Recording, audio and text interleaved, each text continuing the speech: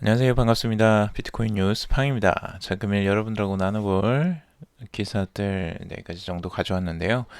우선 간단하게 요약드리자면 우선 XRP를 사용하는 첫 번째 은행 유로 액션뱅크, 이곳이 리플과 리플 XRP를 공식적으로 이제 사용하게 됐고 완벽하게 통합할 것이라고 밝혔습니다.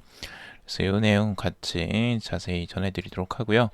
두 번째는 미국 연준에서 비트코인 폭락 주범이 알트코인의 범람이다 라고 이야기를 했습니다. 이 부분도 한번 같이 살펴보도록 하겠습니다. 그리고 세 번째는 이제 코인체크라고 해서요. 일본 거래소에 있는데 해킹 12개월 만에 금융청 라이센스를 획득했다라는 소식이 있고요. 그리고 비트와이즈, 암호화폐 스타트업인데요. 비트와이즈 SMA지마트가 미국 증권거래소에 실물 코인을 보유하는 새 상장 지수 펀드 ETF 상품 승인을 신청했다라고 합니다. 이 부분들 같이 한번 살펴보도록 하겠습니다. 여러분들에게 도움이 되신다면 좋아요, 구독, 댓글 달아주시면 정말 감사하겠습니다. 자, 우선 첫 번째는 리플 소식인데요. 리플의 XRP, 엑스래피드를 공식적으로 사용하는 첫 번째 은행이 탄생했다고 저번에 말씀드렸습니다. 유로 액션뱅크라는 건데요. 여기는 이제 런던 소재로 수출입 은행이라고 할 수 있습니다. 근데 여기에서 지금 1분기 내로 유로 액션뱅크 이쪽에서 올해 1분기 내로 국경 간 송금을 위해서 XRP를 사용할 예정이라고 밝혔어요. 굉장히 중요한 내용이라고 저번에도 한번 말씀드렸는데 이 XRP를 사용하기 위해서는 결국 XRP를 사용해야 됩니다. 우리 리플에 XRP를 사용해야 되기 때문에 기존에는 우리 엑스커런트나 뭐 이런 걸 사용하면서 XRP를 직접적으로 사용하지는 않았어요. 이걸 사용한다고 공식적으로 내세우는 은행은 없었고 처음으로 유로 액션뱅크가 XRP를 사용하겠다라고 공개적으로 나섰습니다. 그리고 이 공개적으로 지금 이제 이걸 사용하는데 80여 개국의 해외 송금을 통해서 암호화폐 속도와 효율성을 입증할 계획이라고 말을 했습니다. 그래서 유로 액션뱅크에서는 지금 이제 처음으로 이 이야기를 공식적으로 이제 그 XRP를 사용하는 공식적인 은행이 되었고요. 앞으로 80개국 이상의 고객에게 이 지불 플랫폼으로서 처음으로 이제 나서게 되는데 공격적으로 지금 진행을 할 것으로 보여져요. 지금 현재는 스위프트가 가장 중앙에 위치해 있고 가장 많은 은행들에서 지금 이 해외 송금에 사용되고 있는데 이게 이제 엑스래피드로 전환이 된다면 굉장히 큰 이슈가 될 것으로 보여집니다. 아까 말씀드렸지만 엑스래피드라는 건 결국에는 XRP가 꼭 필요하고요. XRP를 사용해서 해외 송금이나 지불 결제를 하기 때문에 굉장히 중요한 이슈가 될 수밖에 없습니다. 앞으로 지금 이제 XRP 트랜잭션을 이용한다는 건 XRP를 통해서 이제 브릿지로 4가지 암호화폐 거래소 파트너 관계를 맺고 있어요. 지금 리플에서는 XRP를 교환하기 위해서 이제 미국의 비트렉스 거래소가 있습니다. 이 거래소에서는 달러와 그리고 XRP를 교환할 수가 있어요. 그리고 비트렉스에서 만약 이제 XRP를 멕시코로 보내겠다 하면 멕시코 거래소인 비소로 이제 보내게 되죠. 그럼 비소에서는 XRP를 받아서 그걸 바로 멕시코 화폐인 페소로 변환을 할 수가 있습니다. 뭐 이런 시스템을 이미 갖추어 놨기 때문에 XRP를 사용한 해외 송금 그리고 트랜잭션이 지금 가능하게 만든 거죠. 요게 이제 손쉽게 이루어지기 때문에 그리고 수수료도 굉장히 낮기 때문에 은행에서도 충분히 이런 부분에 대해서 매력적으로 느낄 것이라고 예상을 하고 있고요. 앞으로도 이 XRP를 사용하는 은행들이 늘어날 가능성은 충분히 있어 보인다라고 말씀을 드렸습니다. 앞으로 왜 이걸 사용하게 될 수밖에 없느냐? 결국에는 이거예요. 해외 계좌에 이제 돈을 미리 보관하고 이런 것들을 실제로 송금하기 위해서는 기본적인 신용도나 이런 게 중요하기 때문에 해외 계좌에 돈을 미리 예치하거나 이런 것들이 필요하다는 거예요. 그걸 이제 송금을 하는데 최소 스위프트 방식으로는 2, 3일이 걸린다고 해요. 그러면 그 시간 동안은 그럼 돈이 묶이는 거잖아요. 그래서 돈이 묶이고 해외 계좌에 그 계좌 그 돈이 없으면은 해외 송금에 대한 서로 신뢰를 할 수가 없는 거예요. 근데 지금 이 XRP를 이용하게 되면 최소 2분 안에 최대 2분 안에 자금을 이동할 수 있기 때문에 뭔가 이제 그런 보관에 대한 부담이나 그리고 자금이 묶이는 게 훨씬 더 덜하겠죠. 그래서 그런 부분이 굉장히 큰 장점으로 부각이 되고 있습니다. 그래서 앞으로는 어, 이런 사용하는 은행들이 늘어나면 늘어날수록 계속적으로 확산 속도가 굉장히 빨라질 것으로 예상이 되고 있어요. 그래서 이런 부분들은 굉장히 리플의 지금 강점이기도 하죠. 그래서 앞으로가 좀 기대가 됩니다. 지금 이렇게 공개적으로 나서는 은행이 있기 때문에 앞으로 추가적으로 분명히 나올 가능성은 있어 보입니다. 자, 다음 소식 그리고 또 전해드리도록 할게요. 미국의 연준에서 연방준비은행이죠. 그 연준에서 알트코인 증가가 비트코인 폭락의 원인이라고 밝혔습니다. 비트코인의 가격 하락은 근본적인 원인이 아마 알트코인의 이제 증가 때문이라고 분석이 나왔는데요. 미국의 세인트루이스 연방준비은행이 공개한 보고서에 따르면 알트코인이 이제 대체 투자 수단의 활성화로 일부 자본이 이제 이동하면서 비트코인의 가치가 하락했다라는 것입니다. 근데 비트코인의 가치 하락이 이 알트코인의 과연 증가 때문에 이런 것일까라고 저는 좀 생각이 잘 안 되는데, 왜냐하면 알트코인은 어마어마하게 증가를 하는 과정 작년에서도 실제로 비트코인의 가격은 천정부지로 계속 올라갔었습니다. 그러면 그때는 알트코인이 그렇게 증가했는데 어떻게 비트코인의 가격이 올라갈 수 있었냐 하는 거죠. 알트코인의 증가가 비트코인의 가격 하락에 영향을 미친다라고 하기에는 좀 애매해요. 왜냐하면 서로의 가격에 영향을 미치는 부분은 전반적으로 알트코인이 증가하면서 투자의 분산은 당연히 일어나겠죠.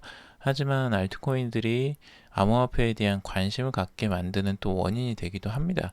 그렇기 때문에 그게 꼭 나쁘다고만 할 수는 없는 것 같아요. 비트코인의 폭락의 원인으로만 지적할 수는 없는 것 같습니다. 뭐 개인적인 생각이고요. 여러분들의 생각은 또 다를 수 있으니까 한번 여러분들의 생각도 같이 나눠보면 좋을 것 같습니다. 아무튼 비트코인의 가격은 결국에는 뭐 남은 알트코인들은 결국에는 정리가 될 수밖에 없다고 생각을 해요. 그러니까 수많은 알트코인들이 나오고 있는데 그 코인 중에서 이제 정말 쓸모가 있는 필요한 코인들만 남게 될 것은 뭐 명백해 보이고요. 앞으로 그게 이제 비트코인의 가격에 영향을 근본적으로 미칠 수는 있지만 비트코인의 가격에 영향을 미칠 수 있는 거는 실제적으로 그 투자자들의 증가 뭐 이런 것들 기관 투자자의 유입 뭐 이런 큰 자금의 유입들이 오히려 그 더 큰 영향을 미칠 것으로 보여집니다. 왜냐하면 그런 기관 자금은 쓸데없는 알트코인에 투자를 하지 않을 거기 때문이죠. 안정성이 입증된 그래도 오랫동안 지속이 된 비트코인이나 뭐 이더리움 뭐 이런 정도의 투자가 되지 않을까라고 생각을 합니다. 자, 그리고 코인체크 해킹 12개월 만에 금융청 라이센스를 획득했다라는 부분입니다. 일본 코인체크 거래소가 1년 전에 해킹을 당했다는 거예요. 작년 1월에 5억 3천만 달러에 달하는 대형 해킹 사건에 충격을 줬습니다. 그래서 거의 우리나라 돈 5천억이 넘는 돈이죠. 근데 그 돈이 해킹이 당하면서 이 거래소가 결국에는 매각이 됐나 봐요. 그래서 3,350만 달러의 코인체크를 이제 모넥스 그룹에서 인수를 했다고 해요. 그래서 이걸 이제 정상화하는데 1년 정도가 걸린 것 같고 실제 금융청에서 이 암호화폐 라이센스를 다시 획득을 하면서 이제 거래 재개가 된 것 같습니다. 그래서 이 부분을 보자면 결국에는 계속 어떤 부분이냐면요.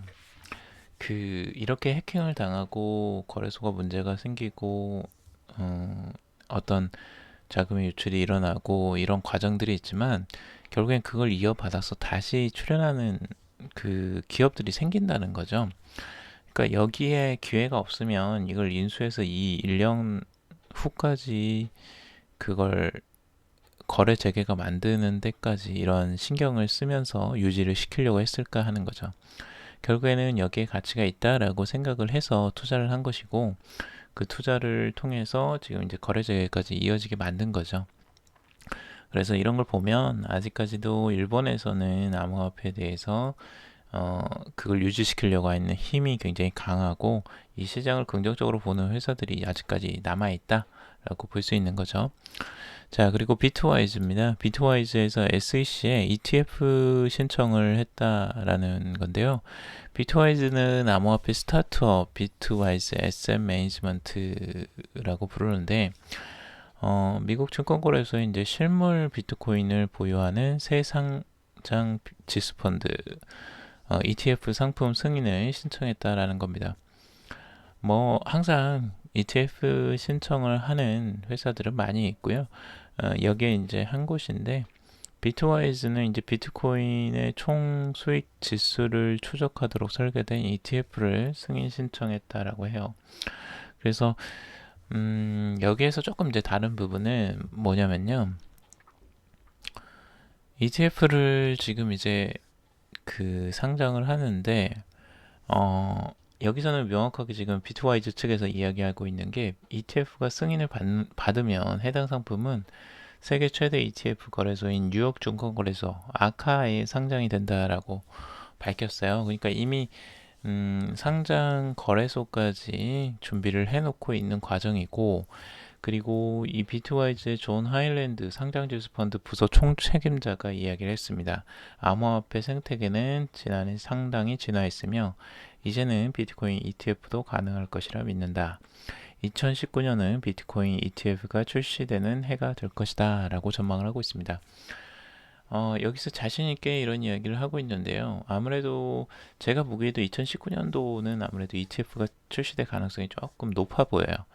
2018년도에는 지금 이제 아직 기반이 닦여져 있지 않았고, 그리고 전반적으로 기관 투자들이 들어오기에는 아직 어떤 규정이 명확한 게 없었는데, 2019년도에는 이제 규정이 좀 더 명확해질 가능성이 좀 더 높아 보이고요. 그리고 실제 SEC의 위원장이 좀 긍정적인 발언들을 좀 쏟아냈기 때문에 그리고 이제 팩트가 명확하게 이제 출시가 된 후에는 조금 더 ETF 거래가 수월해지지 않을까라고 생각을 합니다. 자, 팩트랑 연관성이 있는 게 뭐냐면요. 뉴욕 증권거래소죠. 뉴욕 증권거래소도 결국엔 ETF 상품을 취급하는 거래소가 아카가 있다라는 거고요. 벡트는 뉴욕 증권거래소를 소유하고 있는 ICE가 추진하는 프로젝트입니다. 그러면 이 연관성을 안 지을래 안 지을 수가 없죠. 그래서 뉴욕 증권거래소 쪽에서 지금 이게 ETF 승인이 나면 당연히 좋죠. 거래소에서는 이 ETF 상품들이 인기 있는 ETF 상품들이 많이 들어오는 걸 환영할 수밖에 없고요. 거래 수수료나 뭐 추가적으로 부과되는 수입이 있기 때문에 당연히 이런 부분을 환영할 것이라고 생각을 합니다. 그래서 지금 이제 벡트가 우선 추진하는 첫 번째 프로젝트이기 때문에 그 거래소가 선물 거래소가 우선은 추진이 잘 되고 그 다음에 이런 ETF 신청이나 이런 것들도 승인이 차츰 일어나지 않을까 개인적으로 생각을 해보고요. 요거는 개인적인 의견입니다. 그래서 여러분들 그냥 참고만 해주세요. 오늘 여기까지 한번 정리를 해봤고요. 여러분들께 도움이 되셨다면 좋아요, 구독, 댓글 달아주시면 정말 감사하겠습니다.